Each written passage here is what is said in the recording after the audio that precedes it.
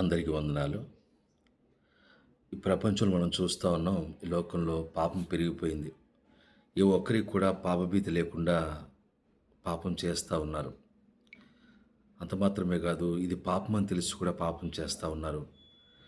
ఎందుకు ఇలా జరుగుతుంది అని లేఖనాన్ని మనం అడిగినప్పుడు, లేఖనం ఇచ్చే సమాధానం ఏంటంటే, ప్రసంగి గ్రంథము 8వ అధ్యాయం 11వ వచనం ప్రకారము లేఖనం ఇస్తున్న సమాధానం ఏంటంటే, దుష్క్రియకు తగిన శిక్ష శీఘ్రమే అంటే ఒక పాపం చేసినప్పుడు వెంటనే శిక్ష రాకపోవడం వల్ల ప్రజలు భయం విడిచి ఇది పాపం అని తెలిసిన ఇష్టప్రకారంగా పాపం చేస్తూ ఉన్నారని లేఖనం సమాధానం చెప్తా ఉంది.